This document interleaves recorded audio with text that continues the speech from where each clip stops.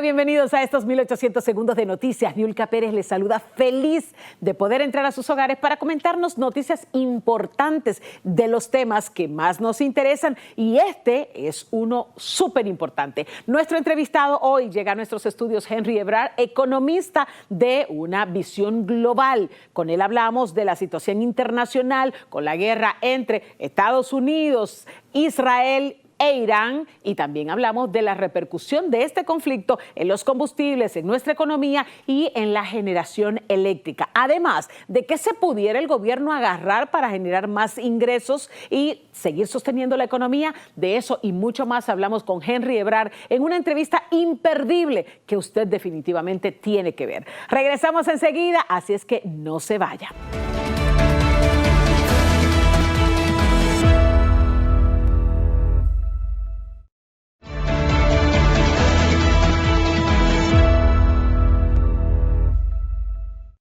Llegamos al momento de nuestra entrevista y hoy tenemos a una persona que ya ha estado aquí en otras ocasiones, pero que en este momento, en esta coyuntura internacional y nacional, definitivamente es una de esas voces a las que nosotros tenemos que consultar.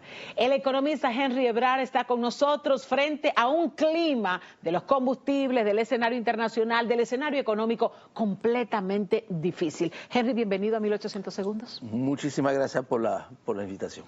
Bueno, tú eres una de esas voces que por muchos años, desde nuestro país y desde fuera, han analizado la situación internacional frente a la situación dominicana. Yo quiero que toquemos el tema internacional, pero que comencemos tocándolo desde nuestra situación. Y en amplio te lo pregunto, la situación económica de la República Dominicana frente al contexto internacional, ¿cómo nos situamos? Bueno, que definitivamente, mira, estamos frente a lo que pudiera ser, si se confirma de que nadie sabe a ciencia cierta cuánto tiempo va a durar esta guerra entre Estados Unidos e Israel de un lado y la República Islámica de Irán del otro lado. Había esperanza esta semana de que ya se estaba dando una tregua. Todo el mundo sabía, y siempre así en esta región, en el Medio Oriente, las treguas son muy frágiles. Es como la bachata, hay que ser dos para bailar bachata. Si uno realmente no tiene las mismas intenciones que tú, entonces la bachata va a salir mal. Y entonces ahí no hay bachata. Eso es lo que realmente estamos viendo.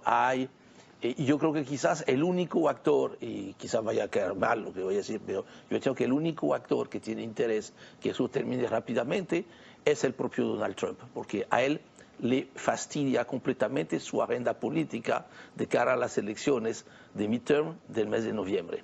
Esa es mi única esperanza con esta situación, de que como él tiene toda la de perder si se mantiene este conflicto, yo creo que él está dispuesto a hacer lo posible y lo imposible para que realmente, además de que hay una tregua, haya una paz y que podamos volver entonces a cierta normalidad. Por mientras, ¿qué está pasando? Eso es lo que se llama un shock de oferta. La próxima semana el Fondo Monetario Internacional va a publicar su informe semestral donde recalcula las proyecciones económicas a nivel global a nivel local. Hay muchas expectativas, obviamente, pero ya la directora del Fondo Monetario Internacional aclaró esta semana de que, mire, es muy complicado para nosotros, a un punto tal de que inclusive esta vez van a presentar, parece que 3 escenarios, no uno solo, 3 escenarios, porque no se sabe realmente qué es lo que va a estar pasando. ¿Cómo eso afecta? Es un shock de oferta. Básicamente se cerró lo que se llama el estrecho de Hormuz y lleva muy bien su nombre, estrecho, porque efectivamente es bastante estrecho este pase, y básicamente hoy en día se ha suspendido el tránsito, la exportación, la disponibilidad de prácticamente el 20% del petróleo que se necesita a nivel mundial y prácticamente el 30% del gas natural. Automáticamente, no hay que tener un premio Nobel en economía para entender el impacto, suben los precios porque se ha reducido la oferta. Producto de esto, en el caso de República Dominicana, es ahí donde más directamente nos afecta en un primer tiempo la subida de los precios del petróleo. El petróleo abre el año en $57 el barril, La expectativa en el presupuesto era de un precio promedio de $47 y resulta que ahora el precio promedio anda entre 95 y $105. ¿Cómo eso afecta a la República Dominicana? La matemática lamentablemente es muy sencilla. Por cada dólar, por un pobre dolarcito que aumente el precio del petróleo o realmente de la gasolina o el gasol, que es lo que realmente importamos muy poco petróleo, el costo adicional para la economía dominicana, o sea, para cada uno de nosotros, porque a fin de cuentas no es un gobierno, no es un Estado que paga la factura petrolera. Somos todos. Somos todos. Entonces ahí $1 significa que aumenta la factura petrolera en 76 millones de dólares. Uf. ¿Por qué? Porque lo que consumimos al año son 76 millones de barriles que tenemos que importar entre todos los productos. Ahí no estamos hablando de $1. Estamos hablando de que el año pasado, porque realmente hay que comparar con el año pasado, para hacer una comparación justa. El año pasado el precio promedio fue $65. Si estamos hablando, para hacer cuentas sencillas, de $95, estamos hablando de $30 de diferencia. $30 lo multiplica por 76, tú estás hablando de una cifra de verdad muy grande. Y si eso tú lo multiplicas por 62 pesos por cada dólar, tú estás diciendo que prácticamente esta crisis puede significar anualmente sacar de la economía dominicana más de 150.000 millones de pesos. Las medidas que ha tomado el gobierno, las que ha anunciado previo a los encuentros con los diferentes líderes políticos, los sectores económicos, esas primeras medidas que probablemente todavía no tenían toda el peso de lo que pudiera pasar, si no tenían los días primeros.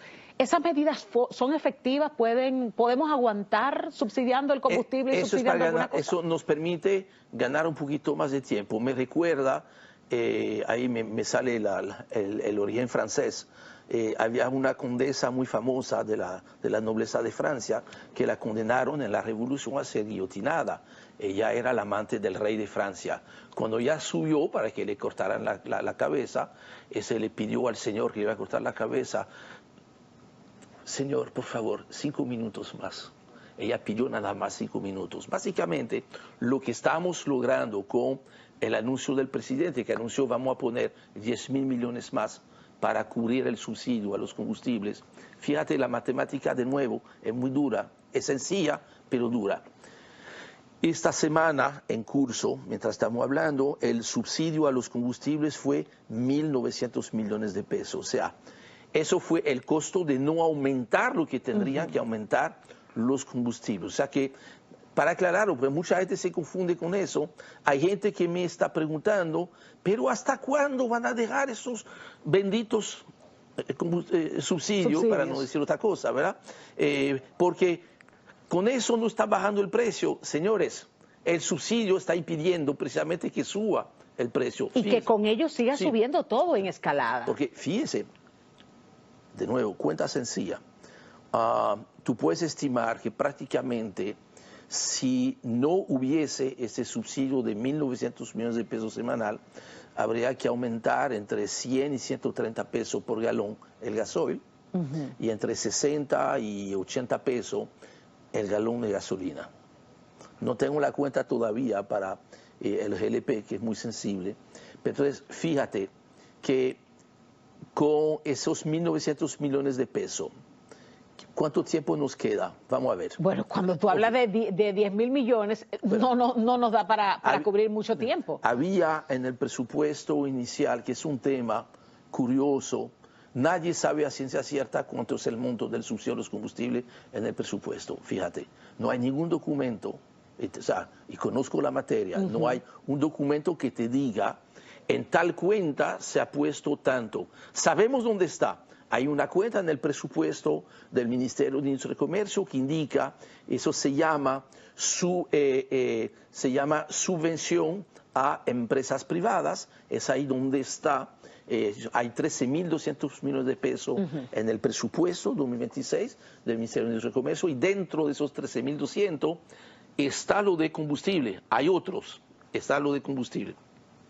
Vamos a decir que son 10.500 millones de pesos, lo que algunos me han dicho, mira, eso puede ser un buen monto. Tú le sumas 10.000 millones a 10.000 millones, tú tendrías hoy en día 20.000 millones. ¿Cuánto hemos gastado a la fecha? Tú resta esto, tú lo divides entre 1.900 millones de pesos, que debe ser el costo del subsidio probablemente en las próximas semanas, salvo que bajen los precios internacionales o salvo que se empiece a subir de nuevo los precios locales, que no hay otra manera de bajar el subsidio. O baja el precio afuera o lo sube localmente, no hay otra manera de hacerlo. Eso nos da para probablemente 6, 7 semanas más. 6, 7 semanas y se agota el subsidio. Eso se agotan los 20.000 millones. Exacto. Preparémonos porque si no hay de dónde sacar más dinero para el subsidio, entonces los combustibles van a aumentar un poquito. Sí, pero es ahí donde entonces uno se pregunta, la intención no es mala. Ahora, hay que ver la ejecución. Y ese es el problema con los subsidios. Mira, un subsidio para que se pueda considerar bueno, tiene que cumplir con 4 características. ¿Cuáles son? Uno, tiene que estar muy bien focalizado, no debe ser generalizado. ¿Cuál es el problema con el esquema que tenemos ahora? Que sí respondía perfectamente a la situación de cuando se creó en el momento de la guerra en Ucrania, que era una inversión en paz social. La situación ha cambiado. ¿Por qué? Porque hoy en día yo estoy recibiendo un subsidio que es muy difícil de justificar. O sea, cuando yo voy a llenar gasolina... Porque está generalizado. Como está generalizado, entonces, quienes realmente compran más combustibles son los hogares de quintil 4 y 5, que son los más favorecidos. Entonces, mantener un subsidio tan generalizado hace que realmente quienes más lo están recibiendo son los que menos deberán de estar recibiéndolo. Entonces es un problema. Es ahí donde idealmente tú tendrías que tratar de focalizar y darle preferencia a lo que es más importante. Uno, defender a los más vulnerables. Los más vulnerables necesitan tener acceso al GLP de manera barata y accesible. Ahí probablemente tú tendrías que garantizar que es lo que hasta el momento se ha hecho. Fíjate que subieron 15 pesos a las gasolinas y al gasol, pero el GLP se mantuvo congelado, fue el único. Sí. Que va un poco en esta dirección que estoy diciendo. Ahora, el no subir el precio del GLP hace que yo estoy recibiendo un subsidio. Un subsidio. Porque todos los edificios de clase media, media alta, clase alta, que tenemos obviamente un tanque de GLP para el uso, para el estufa y para los usos que sean, estamos recibiendo. Incluso hay industrias que producen, que generan dinero, que también están recibiendo. Entonces, esto habría que revisarlo. Lo otro que es el gasoil regular, por lo menos, que es vital para el sector productivo. Entonces, habría que buscar nuevos mecanismos para que entonces de seguir la crisis no se va a poder seguir manteniendo 1.900, 2.000 millones de peso al año, porque este dinero va a hacer falta para otras cosas, y más si además de eso este subsidio está llegando a gente que no debería estar ya recibiendo este subsidio, y mucho menos en un momento de crisis donde, mira, hay que tratar de distribuir las patadas, como decían en Costa Rica, ¿no? Si hay patadas, hay para todos. Entonces, en el caso del subsidio es todo lo contrario. No puede haber subsidio para todos. En momentos de crisis, de llave escasez de presupuesto, hay que ver cómo focalizamos este subsidio, porque eso sí tiene sentido. Y para hacerlo proteger a los más vulnerables. Hacerlo rendir en el tiempo para precisamente lograr proteger a esos vulnerables. Henry, tenemos que hacer una pausa, pero cuando regresemos, yo necesito que hablemos del sector eléctrico, que es impactado directamente porque recibe, funciona con combustibles y con diversos combustibles. Aquí tenemos la favorabilidad de la diversidad de la generación. Y de las fuentes de generación. Pero yo quiero que hablemos de eso cuando regresemos, porque esa diversidad es lo que nos va a favorecer en un escenario internacional tan complicado. Henry Ebrard está con nosotros, economista. Hablamos de la situación mundial y la situación particular de República Dominicana frente a lo que pasa en el escenario internacional. Así es que no se vaya, que regresamos enseguida.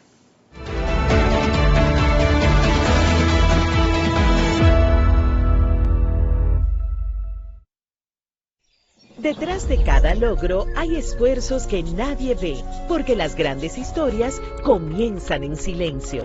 Ronnie soñaba con modernizar la agricultura. Hoy, cada vuelo sobre los campos del Cibao siembra esperanza.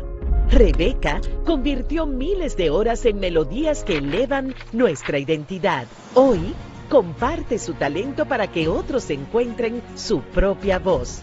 Casey entendió que el futuro no se espera, se programa. Hoy, crea soluciones tecnológicas y abre caminos para nuevos talentos. Desde hace 62 años hemos estado junto a quienes no se detienen porque saben que cada esfuerzo cuenta. Banco Popular, 62 años, a tu lado siempre. Si de algo saben las abejas, es de flores. Hay de todo tipo y para todos los momentos. Lo importante no es solo su color, tamaño o forma, sino lo que hace sentir cada una. Y para esos sentimientos trabajan.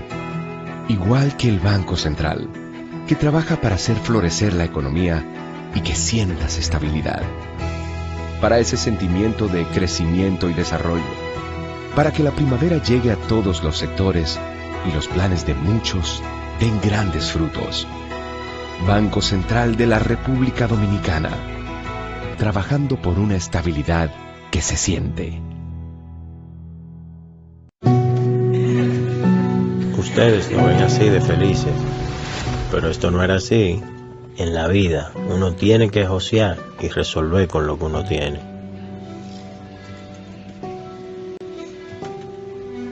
Un día nos sentamos y nos prometimos, vamos a tener nuestra casa propia, para que el chichi que viene en camino pueda crecer feliz y tranquilo.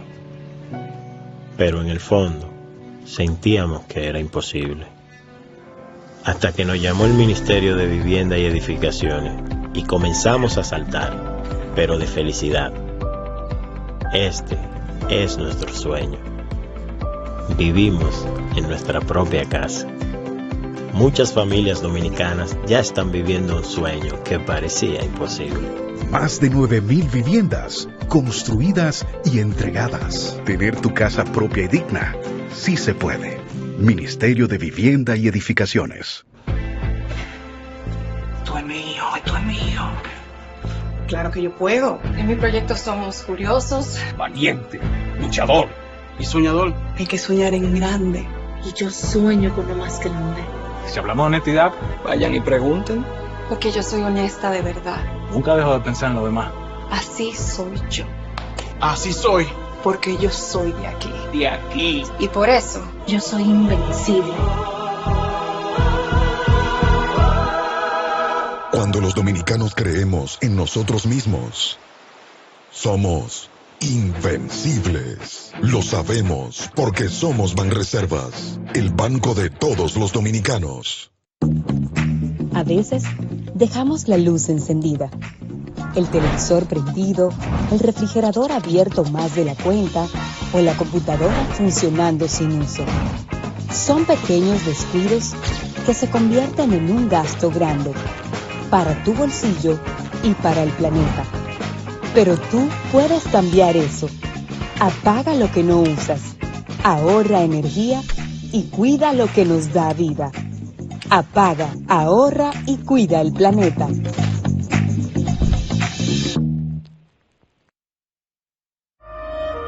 Pedro Enrique Sureña fue un gran filósofo, ensayista, crítico literario, educador y humanista de talla continental. Ayudó a definir qué es América Latina desde la lengua, la cultura y la literatura, gracias a su dedicación y enorme disciplina. Esa disciplina que Emmanuel Hermosén lleva en su esencia y que junto a la dedicación que Emil Peralta pone día y noche a sus estudios, hizo que la República Dominicana alcanzara los mejores resultados de la historia en las Olimpiadas Iberoamericanas de Matemáticas. Aunque el reto parezca imposible, no le bajes para que nuestro país suba. De eso se trata, ser dominicanos al 100 siempre.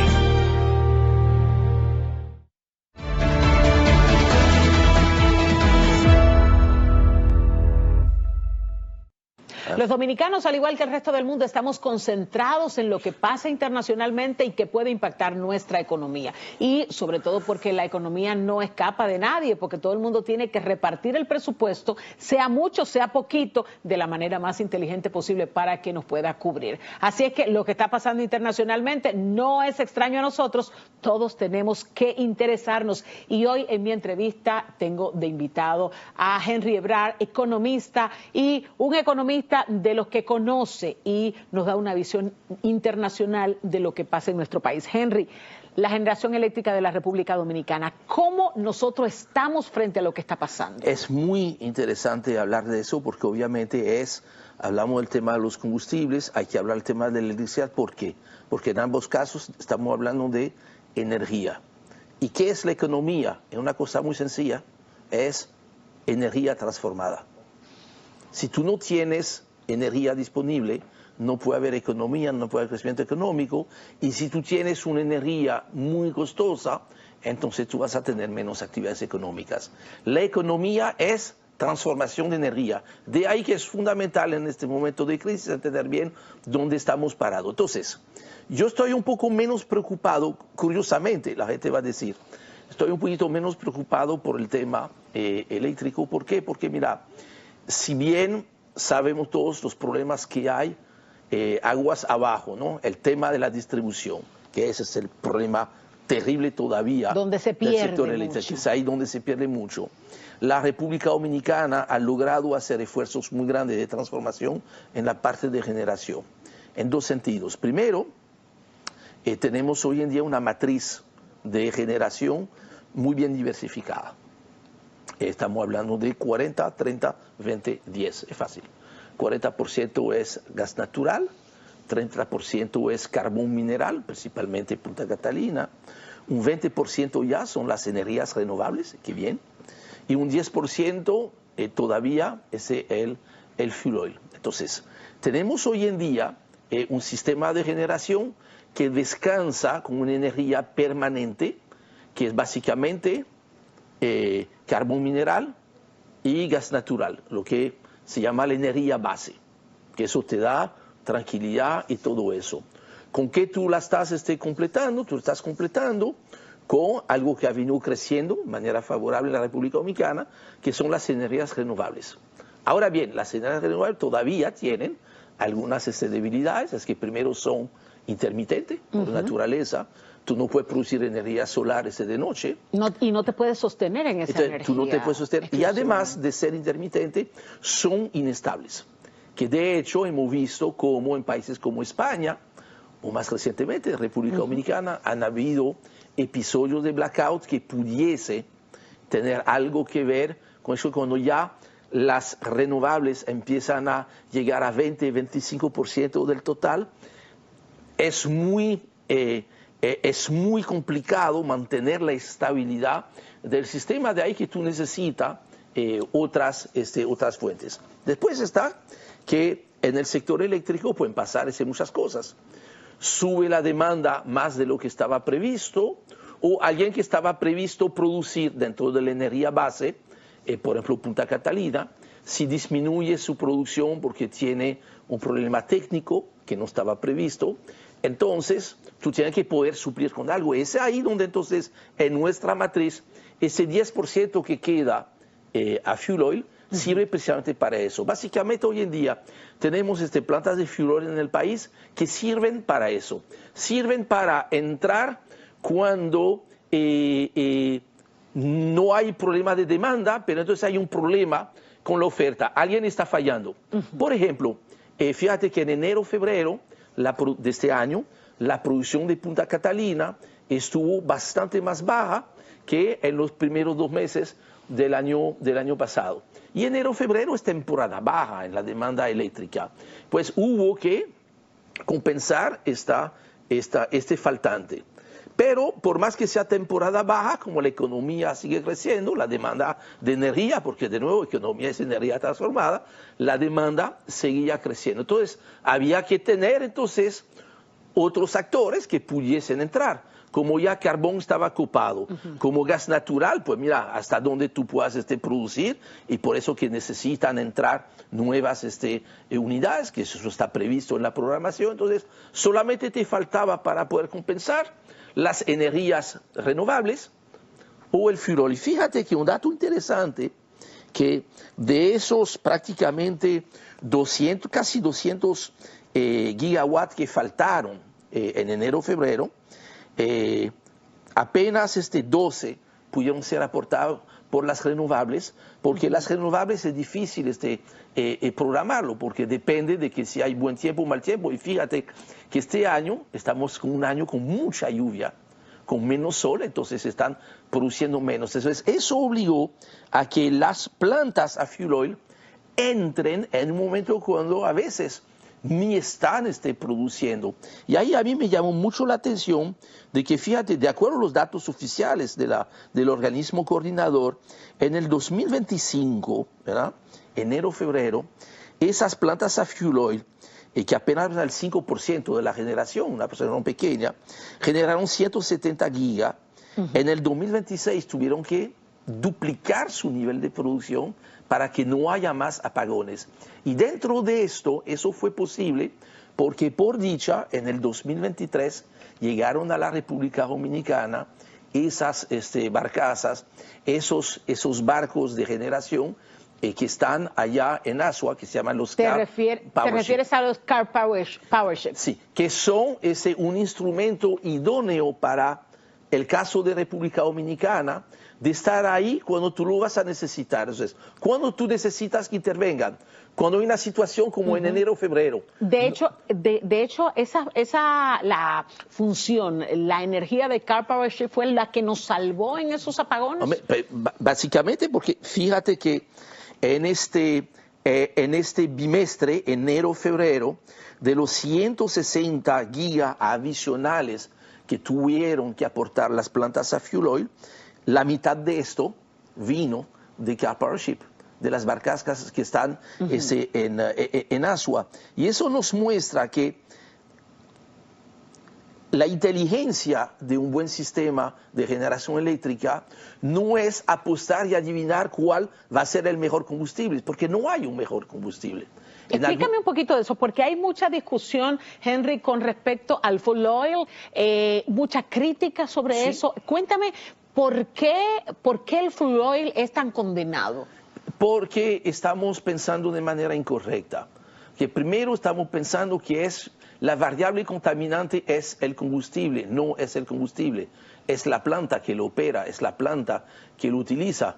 Toma, por ejemplo, el carbón mineral, que mira, si vamos a hablar en el tema de combustibles que contamina, entonces tenemos más bien que hablar de carbón mineral. Y fíjate, aún dentro del carbón mineral, tú puedes tener plantas como Punta Catalina que tienen cierto grado de contaminación, porque esto es carbón mineral. Ahora tú tienes nuevas tecnologías mucho más costosas que te permite controlar y disminuir mucho lo que es la contaminación que provoca carbón mineral. Entonces, es ahí donde la importancia de tener, con la llegada de esas barcazas en el 2023, la República Dominicana logró captar en República Dominicana una tecnología de punta en el manejo del fuel oil, inclusive porque esas barcas, esos barcos de generación, son plantas flotantes realmente, están usando este fuel oil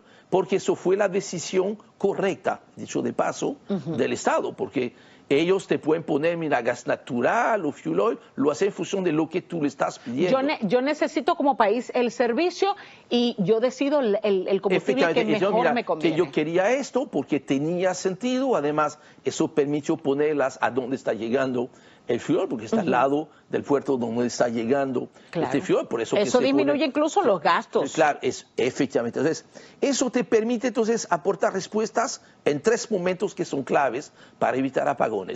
Momentos como enero-febrero, que Punta Catalina, fíjate que mira, la producción de Punta Catalina en enero-febrero de 2026 estuvo 15% por debajo del año pasado. Entonces, faltante este faltante había que cubrirlo. Para esto, entonces, tú utilizas esa y otras plantas de fuel oil. Segundo momento importante, cuando es temporada alta, cuando ya no es un problema de oferta que hay, sino un problema de demanda. Fíjate que en República Dominicana, por el tema del clima, básicamente, tú tienes una temporada baja y una temporada alta. La temporada alta, prácticamente tú puedes decir que va de mayo hasta octubre, 6 meses. La demanda de electricidad es casi un 25% mayor a los meses, vamos a decir, normales, como puede ser enero, febrero. En esos momentos, tú necesitas entonces, es el momento cuando ya entran ya no de emergencia, sino casi de energía base, porque hay que estar dando todo el día para que no haya apagones. Y hay un tercer momento, que es cuando, tú sabes que dentro de un mes, puede ser de temporada alta o temporada baja, dentro de un mismo día, según la hora del día, hay mayor demanda. Entonces, a veces tú puedes pedir a esas plantas de fuel oil intervenir cuando hay mayor demanda. Típicamente, mira, entre 7 y 10 de la noche puede haber una demanda mayor, porque la gente está en su casa, consume un poquito más. Entonces, eso te permite tener flexibilidad. Y esto es la importancia de tener. No es que el fuel oil sea mejor que otro, no es que el gas natural sea mejor que otro. Lo que es la mejor combinación es tener el buen balance, y es lo que yo creo que ya hemos logrado construir en la República Dominicana.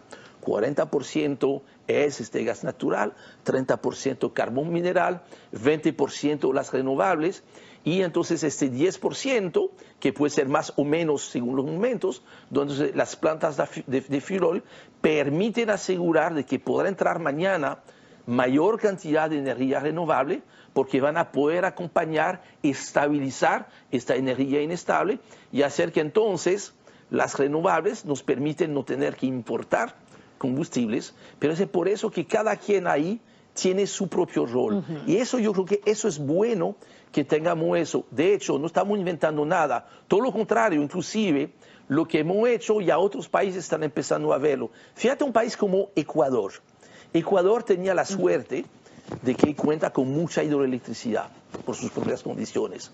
El 70% de la electricidad en tiempo normal en Ecuador siempre se generó con hidroelectricidad. Entonces todo el mundo estaba envidiando, especialmente desde acá. Entonces, qué suerte tienen. Ajá. Y el año pasado la sequía fue tal que se quedaron sin luz allá. Porque todo depende de la naturaleza. Claro, y eso es un tema que tú no puedes controlar, pero tú necesitas suplir a las casas, a los hogares, a los hospitales, a las empresas, a los comercios, al gobierno.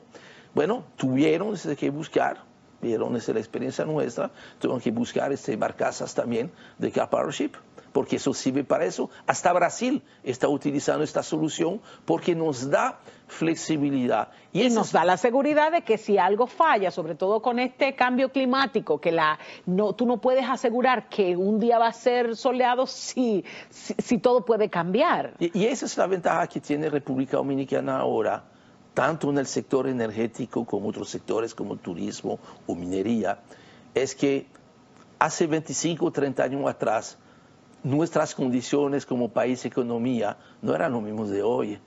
Antes realmente, mira, a duras penas teníamos que tratar de atraer, mira, hasta el más pirata, porque te podía sacar la pata del barro, ¿no? Hoy en día no, hoy en día la República Dominicana tiene la capacidad y produce el interés para los mejores del mundo en todas las disciplinas. Y elegir a Y entonces quién. nos permite entonces ya decirle que no a los piratas. Los corsarios, que un poquito mejor que pirata, tampoco ya los necesitamos. Nosotros aquí en República Dominicana estamos trabajando ahora en todos los sectores con las mejores compañías mundiales. Esto nos asegura un tratamiento muy diferente. No es sorprendente, fíjate que el sector energético, con esas llegadas y con otras inversiones, hoy en día la inversión extranjera en energía casi iguala la inversión extranjera en turismo. Hoy en día el sector energético, que es tan vital para nuestra economía, si queremos seguir creciendo, si queremos duplicar el tamaño de la economía, necesitamos que efectivamente podamos contar con esas empresas de clase mundial, como es el caso de CarPowerShip, para estar aquí en República Dominicana, para aportar las soluciones. Estamos viendo lo mismo en turismo, estamos viendo lo mismo en zona franca, que tenemos las mejores compañías mundiales, por eso que pudimos desarrollar dispositivos médicos. Y en la minería es lo mismo, no es lo mismo hacer minería con compañías que cotizan en la bolsa, que son compañías serias, a cualquier logo que viene acá porque tiene malas intenciones. Y a eso quería ir con el tema de CarPowerShip, que es una empresa internacional que se rige por los estándares internacionales. O sea, no es que vienen a aplicar un librito particular aquí en República Dominicana. De hecho, mira, ellos tienen esas soluciones que tenemos en República Dominicana, que de hecho, mira, que bien que están aquí.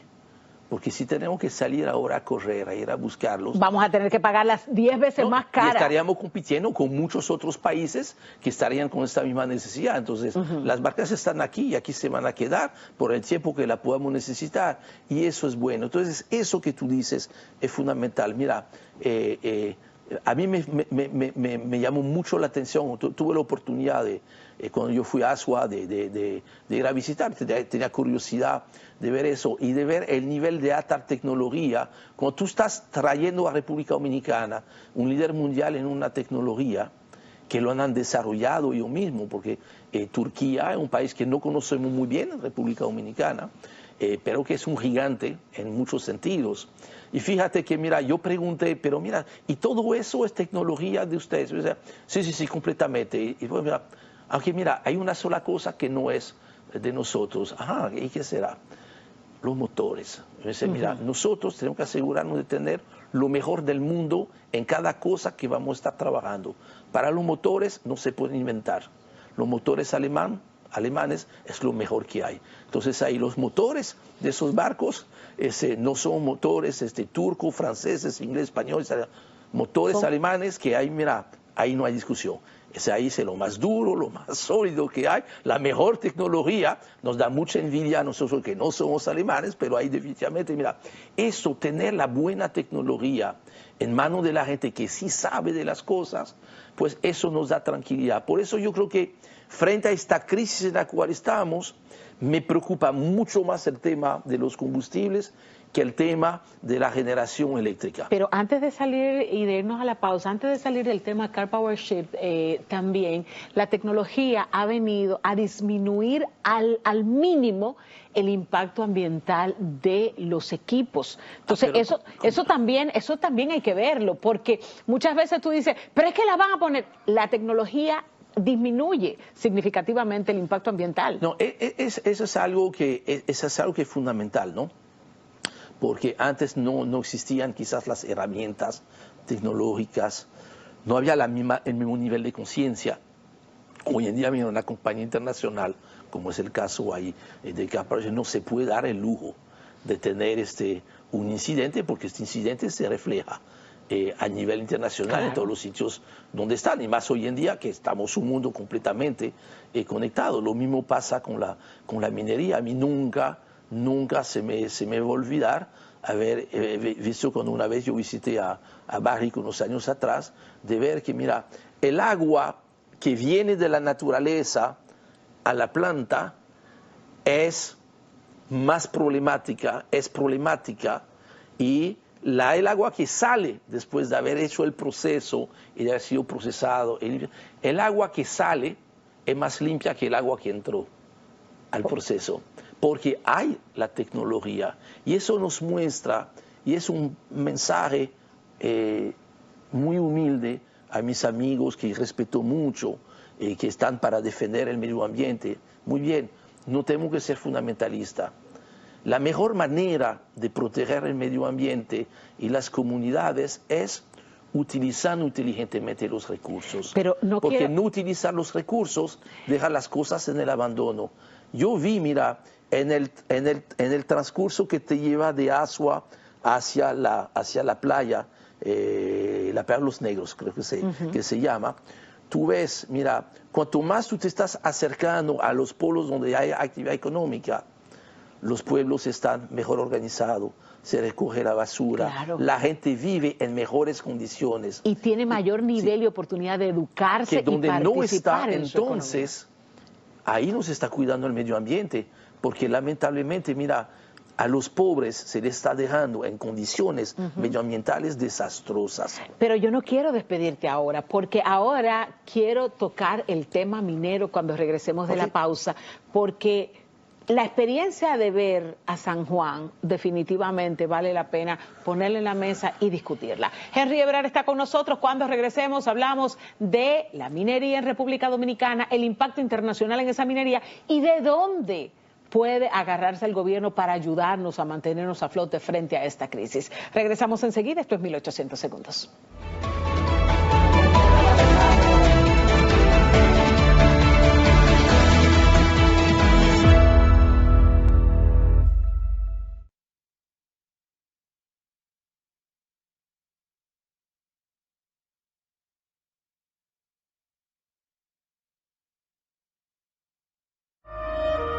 Pedro Enrique Sureña fue un gran filósofo, ensayista, crítico literario, educador y humanista de talla continental.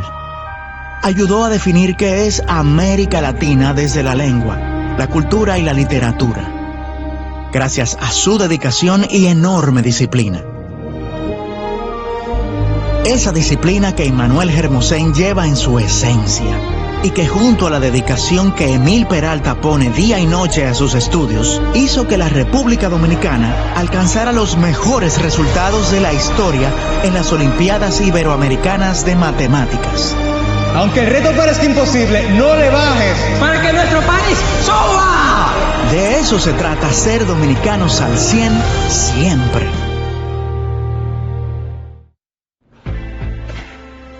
Esto es mío, esto es mío. Claro que yo puedo. En mi proyecto somos curiosos, Valiente, luchador y soñador. hay que soñar en grande. Y yo sueño con lo más grande. Si hablamos de honestidad, vayan y pregunten. Porque yo soy honesta de verdad. Nunca dejo de pensar en lo demás. Así soy yo. Así soy. Porque yo soy de aquí. De aquí. Y por eso yo soy invencible. Cuando los dominicanos creemos en nosotros mismos, somos invencibles. Lo sabemos porque somos Banreservas, el banco de todos los dominicanos.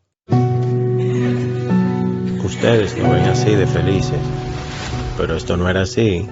En la vida uno tiene que josear y resolver con lo que uno tiene.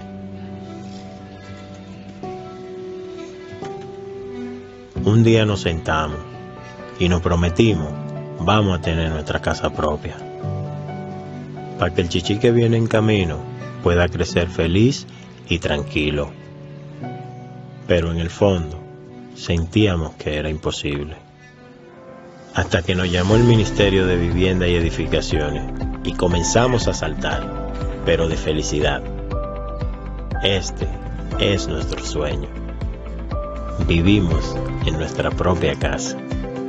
Muchas familias dominicanas ya están viviendo un sueño que parecía imposible.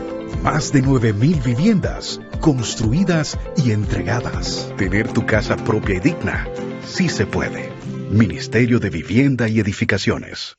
Detrás de cada logro hay esfuerzos que nadie ve, porque las grandes historias comienzan en silencio. Ronnie soñaba con modernizar la agricultura. Hoy, cada vuelo sobre los campos del Cibao siembra esperanza. Rebeca convirtió miles de horas en melodías que elevan nuestra identidad. Hoy, comparte su talento para que otros encuentren su propia voz. Casey entendió que el futuro no se espera, se programa. Hoy crea soluciones tecnológicas y abre caminos para nuevos talentos. Desde hace 62 años hemos estado junto a quienes no se detienen porque saben que cada esfuerzo cuenta. Banco Popular, 62 años, a tu lado siempre. A veces dejamos la luz encendida, el televisor prendido, el refrigerador abierto más de la cuenta o la computadora funcionando sin uso. Son pequeños descuidos que se convierten en un gasto grande para tu bolsillo y para el planeta. Pero tú puedes cambiar eso. Apaga lo que no usas, ahorra energía y cuida lo que nos da vida. Apaga, ahorra y cuida el planeta.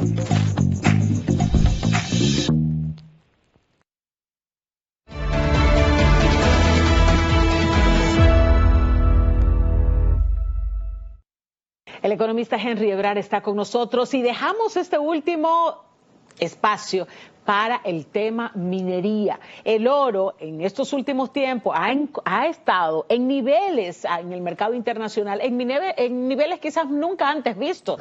Y nosotros, precisamente, una de nuestras fortalezas ha sido ese oro que inyecta recursos a nuestra economía. Pero, ¿qué más hay en la República Dominicana? ¿Cómo el oro y cómo nuestros recursos nos están ayudando a mantenernos a flote? Sí, no, actualmente, mira, los recursos mineros es principalmente, ¿no?, en términos de valor, y más ahora con la explosión de los precios del oro. Fíjate que el oro se está cotizando entre 50 y 70% más caro que hace un año atrás. Para darte un buen ejemplo de esto, en el presupuesto 2026 se proyectó un precio del oro de $3.400 en promedio, y ahorita que estamos hablando está en 4.800. Y llegó hasta 5.400 justo antes de estallar la guerra en Irán. ¿En qué beneficia eso la República Dominicana? Contrario a lo que mucha gente piensa, porque hay mucha gente en un medio que a veces habla de esos temas, o bien por desconocimiento, o bien porque tiene otro interés. Cada vez que sube el precio del oro, suben los ingresos del país. Y no hablo de valor de exportación, sino de recaudaciones. Fíjense que en el primer bimestre del año, lo que ya hemos recaudado un poco más de 11.000 millones de pesos, cuando el año pasado apenas se ha recaudado 6.000 millones durante el primer bimestre. En el presupuesto se ha previsto recaudar unos 30.000 millones de pesos de la mina de oro. Con las cotizaciones y el nivel de producción que hay, yo creo que vamos a estar más cerca de 50.000 millones que de 40.000 millones. Donde debemos estar discutiendo es, independientemente de dónde se está produciendo, que hay, yo veo que, espero que finalmente se va a poder llegar a un entendimiento sobre el tema de San Juan, con la mina de Gold Quest, porque mira, tenemos que pensar, tal como lo acordó el país en la discusión de la Estrategia Nacional de Desarrollo, que no era una sugerencia, era una ley. Durante 3 años el país completo ha trabajado, se ha reunido, y ahí se decidió que la minería tenía como función financiar la agenda de desarrollo del país, lo que yo llamo sembrar la minería. Entonces, para sembrar la minería tú necesitas 3 cosas: que haya explotación minera, que esta explotación minera pueda producir buenos niveles de ingreso para el Estado. Hasta ahí vamos bastante bien, salvo el caso de San Juan, porque no se había permitido hasta el momento hacer esta explotación. Y finalmente, y más ahora que estamos entrando tanto dinero, quizás 50.000 millones de pesos este año solamente por Barrick, ¿qué hacer con este dinero? ¿Cómo vamos a invertir este dinero? ¿Cómo vamos a evitar que este dinero termine alimentando la bestia insaciable del presupuesto general? ¿Tendremos la capacidad, como lo hacen algunos países? Noruega, me va a decir, aquí no somos noruegos, perfecto. Vamos a hablar de Colombia, vamos a hablar de Perú, que son más cercanos a nosotros que Noruega. Y que son países mineros. Y en esos países mineros hay disposiciones que hacen que no la totalidad, pero una buena parte de esos ingresos mineros se sacan del presupuesto ordinario, se reservan, se crean fondos soberanos, se crean fideicomisos para garantizar que este dinero se invierta en actividades que van a generar desarrollo, que van a generar actividades que cuando se cierre la mina, porque las minas tienen un grave inconveniente. Tienen una vida útil. Que es industria extractiva, lo que tú sacas no vuelve a crecer. No una mata de cacao que tú puedes, mira, cada año tú puedes cosechar. La onza de oro que tú sacaste no vuelve a crecer. Se finí, ya no hay. Cuando ya tú habrás terminado de explotar la mina falta mucho, 40, 50 años, pero tenemos que pensar en el futuro. Claro. Entonces, tenemos que asegurarnos que con este dinero hemos invertido en condiciones que permitan que nuevas actividades que hoy ya no existen, estén existiendo dentro de 20, 30 años, Henry, para compensar. Pero antes, que no quiero que se me vaya el tiempo sin aterrizar el tema a la gente que tiene una casita de tabla o tejamaní con una letrina fuera de la casa. O sea, eso, ¿cómo aterriza en esa gente? Porque mira, recorrí San Juan de la Maguana, estuve en la primera vista de Gold Quest, precisamente viendo cómo infinidad de gente de Hondo Valle, de Vallejuelo, de San Juan, de una infinidad de comunidades donde la gente vive en casa de tejamaní, techada de cana todavía, con suerte tiene una letrina, porque muchos no pueden hacer la letrina ni siquiera porque no tienen recursos económicos, y hay un grupo dinamitando la intención incluso de conocer, ni siquiera es porque todavía no hay una ejecución, la intención de tener conocimiento de porque impacto. Su peor temor es que la ciencia hable y que la gente que necesita salir de las condiciones de pobreza tengan oportunidad de salir. Entonces, saben que si se permite hacer el estudio, saben cuál va a ser el resultado del estudio. El resultado del estudio va a decir que, por supuesto, tiene todo sentido del mundo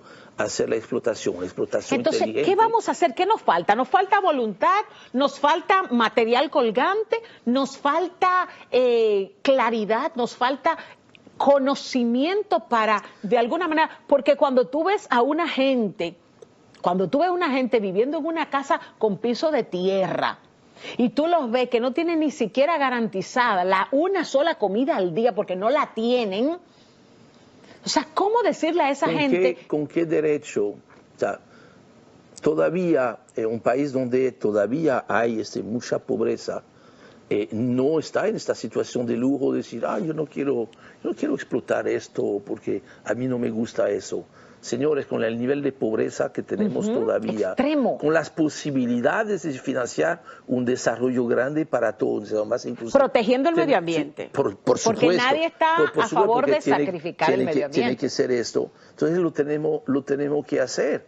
O entonces tenemos que tomar una decisión como país que será equivocada, de decidir, mira, yo quiero ser el único hombre bueno del planeta, yo no voy a explotar supuestamente por condiciones de medio ambiente. Pero sigo quemando carbón en las montañas, sí. Visto por estos ojos, se sigue quemando carbón allí.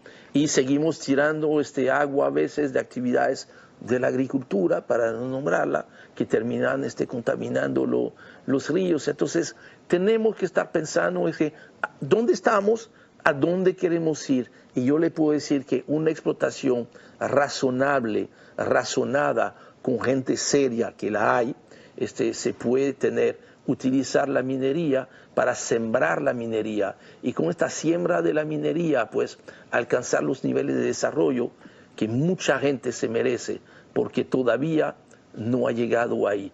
Y yo creo que no hay justicia, no hay forma de justificar de que porque, mira, supuestamente yo no estoy a favor de este tipo de actividades, permitir que gente siga en la pobreza. Eso yo creo que, yo no veo cómo justificarlo. Pero dejemos que la ciencia hable, hagamos los estudios, y si el estudio concluye que no se debe hacer, que no se haga. Ahora, si el estudio dice, que yo entiendo que por ahí que va a ir, de que se debe de explotar, entonces hagamos la explotación, pero por favor, este dinero vamos a asegurarnos de que llegue hasta donde tiene que llegar, y ahí probablemente el primer lugar es en estas mismas comunidades, que de hecho, quizá por eso que hay también en San Juan de la Maguana mucha gente que quisiera que haya explotación minera.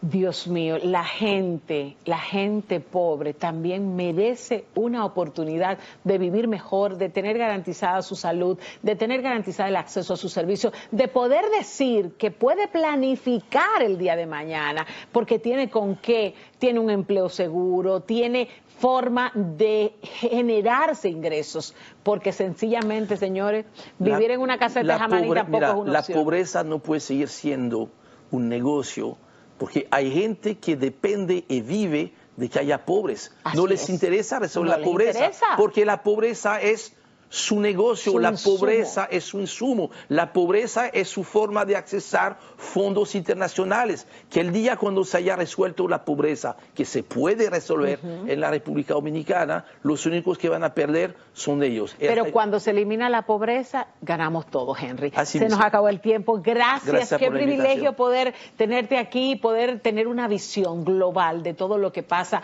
en nuestro país y lo que pasa a nivel internacional en materia económica y de combustibles. Henry, gracias por estar con nosotros. El economista Henry Ebrard ha estado con nosotros en 1800 segundos. Gracias también a ustedes por acompañarnos y el próximo domingo seguimos contando 1800 segundos más.